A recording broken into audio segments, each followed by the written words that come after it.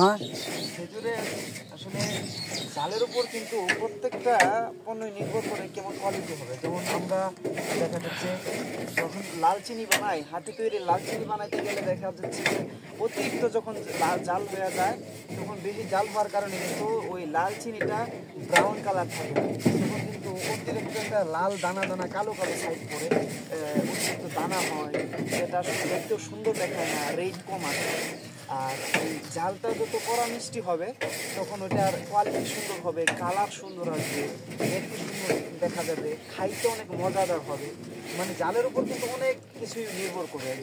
দেখবেন অনেক ভালো রাঁধুনিরা তারা ভালো কীভাবে রান্না করে, আসলে তাদের জালের উপরে অনেকটা নির্ভর করে। রান্নার স্বাদ, রান্নার ঘ্রাণ, এটা কিন্তু জালের উপর অনেক কিছু নির্ভর করে।